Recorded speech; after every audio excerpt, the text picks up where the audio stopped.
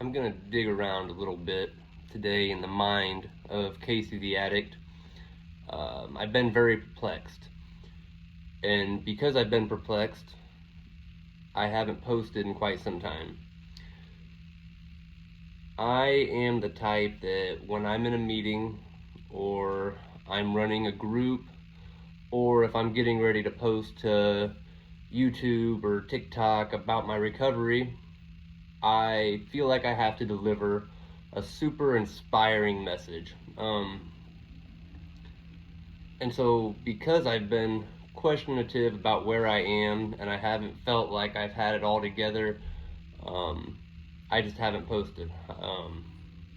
But I got a message today from a person that I met who is helping another addict.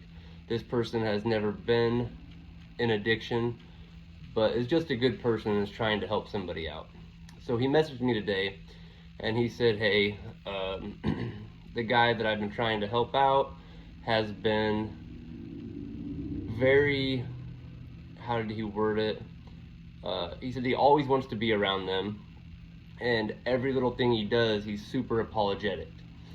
And he asked, is that normal? Is it normal for him to want to be around all the time? Is it normal for him to apologize all the time? Is that something that people who are in recovery go through?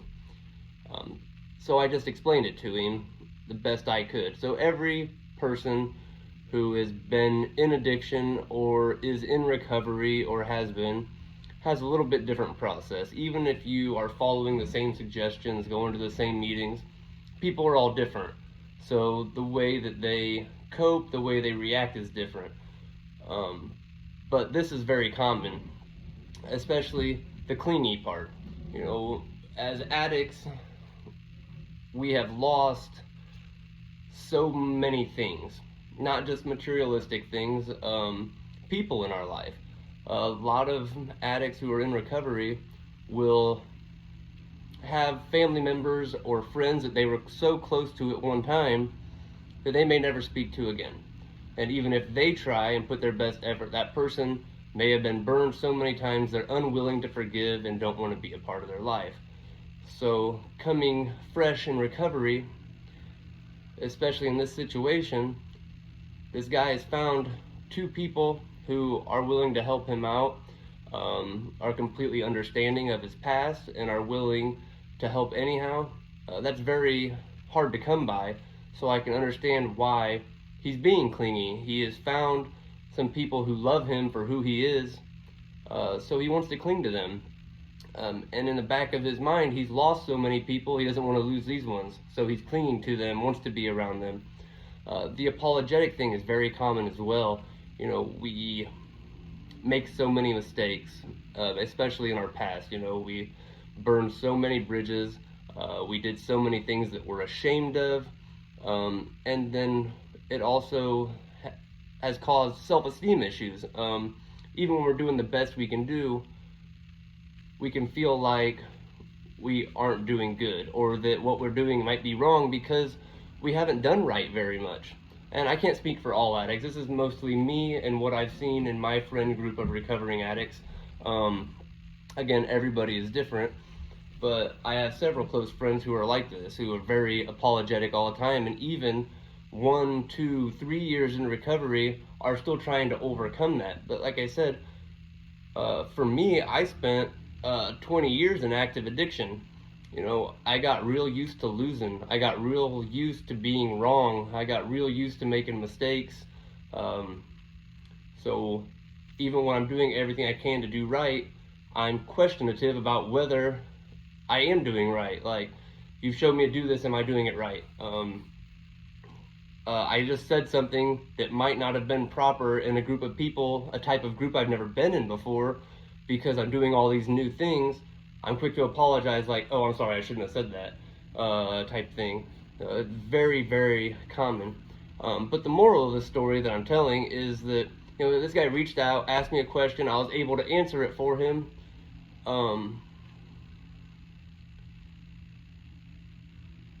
I have something that I can put out there that can help other people.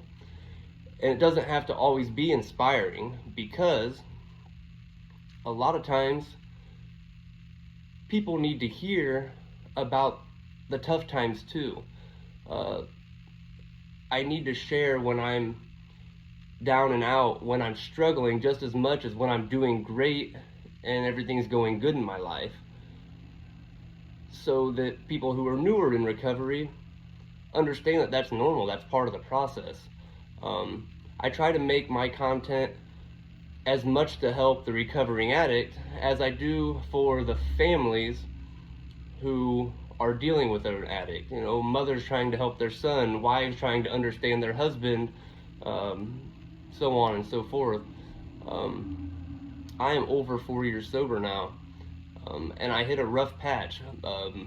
September, October, November were very difficult for me, and I'm still not exactly sure why. You know, it wasn't that I wanted to go out and get high.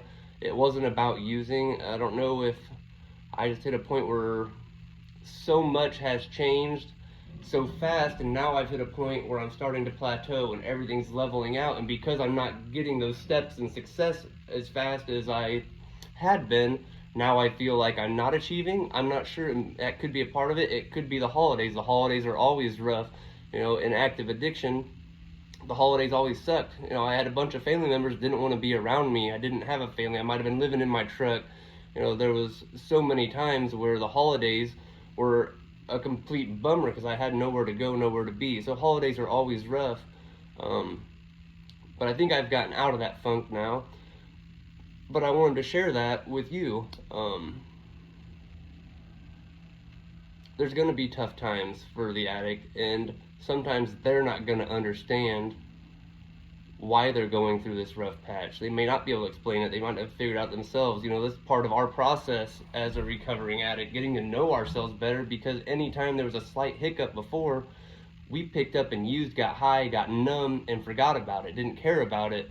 The only thing that was important was getting high. So now we're feeling all these feelings, all these emotions, and we're trying to understand why we feel this way. And again, over 4 years sober, and I'm still learning things about myself. Some days are still a struggle. I don't pick up and use, but sometimes I don't know what to do. You know, I go to a meeting, I can talk to other addicts, they can share their experience, but in the end, I'm a different person, so everything they're sharing with me is from their life and how they did it, and it might not work for me. Sometimes I might have weird kinks that I just need to figure out myself, you know, but it's good to have those people to lean on. So if you have somebody in your life who is recovering, who is struggling to stay sober, or is doing well but is in a funk, just be there for them. They might not have an answer of why they feel the way they feel. Just be their support. Be there for them to lean on. When they start figuring it out, they'll talk about it. I'm so grateful for the things I have in my life today.